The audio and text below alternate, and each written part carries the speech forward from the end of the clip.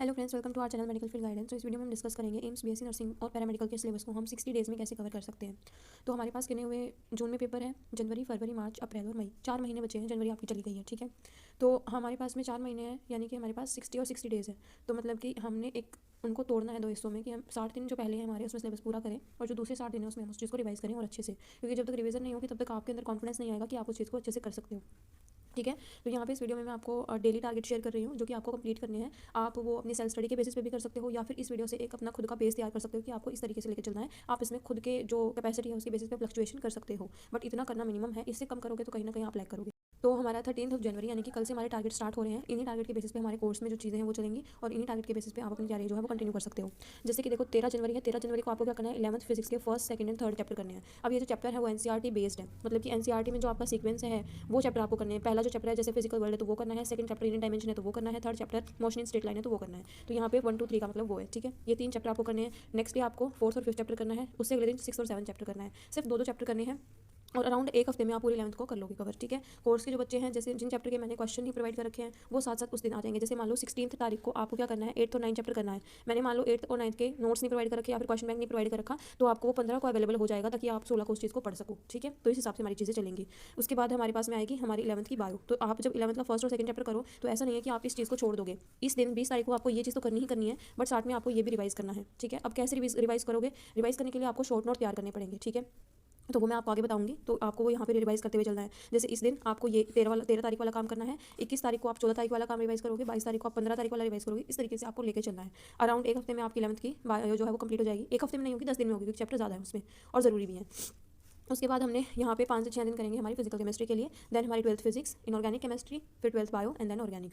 हम फरवरी तक हमारा कंप्लीट जो सिलेबस है, यानी कि 60 से कम दिन में हमारा सिलेबस पूरा कर लेंगे। हम 60 में से 15 माइनस कर दो, 45 डेज़ में यहाँ पे पूरा कर रहे हैं। अगर मान लो कुछ चैप्टर ऐसे हैं जिनमें टाइम लग सकता है तो हम 15 दिन उसमें ऐड करते हुए चलेंगे। मान लो कई दिन ऐसा हो जाता है बीच में कि 6 चैप्टर बहुत बड़ा है, वो नहीं हो पा रहा है, तो हम उसको 2 दिन में कर सकते हैं, ठीक है। तो वो 15 दिन का आपको रिलैक्सेशन मिल जाएगा। यानी कि आपके पास यहाँ अगर हम देखें तो हम 28 फरवरी तक सारा कर लेंगे, बट हमारी जो डेडलाइन है वो कितनी है, 15 मार्च तक की है। 15 मार्च तक हमें पूरे 60 दिन हो जाएंगे, बट उससे पहले हम अपना जो सिलेबस है वो कवर करेंगे ताकि हमें और रिविजन का एक बार टाइम मिल जाए, ठीक है। जैसे मान लो अगर नेक्स्ट 60 डेज़ में आप रिवीजन कर रहे हो तो जो ये 15 दिन आपके पास बचे हैं, इन 15 दिन में आप और एक और बार रिवाइज कर सकते हो, ठीक है। वो चीज़ हो जाएगी। अब जैसे आपको क्या करना है, जैसे 13 तारीख को आपको 11th फिजिक्स का first, second and third chapter करना है, तो उसमें आपको क्या चीज़ करनी है और कहाँ से करनी है वो एक है। देखो जो सेल्फ स्टडी कर रहे हैं बच्चे वो अपने हिसाब से कर सकते हैं, बट जो हमारे कोर्स से जुड़े बच्चे हैं वो क्या करेंगे, सबसे पहले आपको देखना है उस चैप्टर से रिलेटेड रिकॉर्डेड लेक्चर, फिर उसके नोट्स आपको करने हैं। भले ही उसमें आपको चाहे हैंड नोट्स मिले हो, माइंड मैप मिले हो या एनसीईआरटी हाईलाइट मिले हो। अगर तीनों मिले हैं तो तीनों करने हैं, कोई एक मिला है तो वो करना है, कोई 2 मिले हैं तो वो करने हैं। उसके बाद क्वेश्चन बैंक, देखो एक चैप्टर का मैं मैक्सिमम आपको 60 क्वेश्चन प्रोवाइड करूंगी, तो अराउंड 2-3 चैप्टर के अगर दिन में होंगे 3 चैप्टर भी, तो आप 180 क्वेश्चन बनेंगे, वो आराम से कर लोगे, ठीक है। उस चैप्टर से रिलेटेड आपको टेस्ट देना है, टेस्ट को एनालाइज करना है कि टेस्ट में क्या मिस्टेक रही, और फिर इन सबको मिला करके एक शॉर्ट नोट प्रिपेयर करना है। एक शीट ले लेना, जो पिन पेज होता है ना वो ले लेना, और उसमें सारी चीज़ें मेंशन कर लेना कि अच्छा ये जरूरी है, मेरे को याद नहीं रहा, वो चीज़ मेंशन कर लो। जो भी आपको याद नहीं हो रही है, आपको लग रहा है बहुत ज़्यादा इंपॉर्टेंट है, ठीक है। अब जो ये वाला शॉर्ट नोट बनेगा आपकी तरफ से, उसको फिर आप जो जैसे बायो के दिन मैंने बताया था कि आपको 13 तारीख वाला या काम याद करना है, रिवाइज करना है, तो वो आप आराम से कर सकते हो। तो इस हिसाब से आपको लेके चलना है। जो खुद से प्रिपेयर कर रहे हैं, सेल्फ स्टडी कर रहे हैं या कहीं और से प्रिपेयर कर रहे हैं, वो बच्चे क्या कर सकते हैं, हमारी टेस्ट सीरीज ज्वाइन कर सकते हैं। टेस्ट सीरीज के बेसिस पे आपको एक थोड़ी सी हेल्प मिल जाएगी। जैसे कंटेंट आपने वहाँ से कर लिया, आपने क्लासेस वहाँ से कर ली, नोट्स वहाँ से बना लिए, क्वेश्चन बैंक वहाँ से लगा लिया, फिर टेस्ट आप एम्स बीएससी नर्सिंग के प्रीवियस ईयर क्वेश्चन बेस्ड आप दे रहे हो, ठीक है। वो टेस्ट आप जो है इन्हीं के बेसिस पे दे सकते हो। जैसे हम 13 तारीख को इन 3 चैप्टरों का एक चैप्टर का आपको सेपरेट टेस्ट मिलेगा, और एक टेस्ट आएगा इनका कंबाइन तीनों चैप्टर का मिला के, तो एक दिन में फिर आपको 4 टेस्ट देने हैं, ठीक है।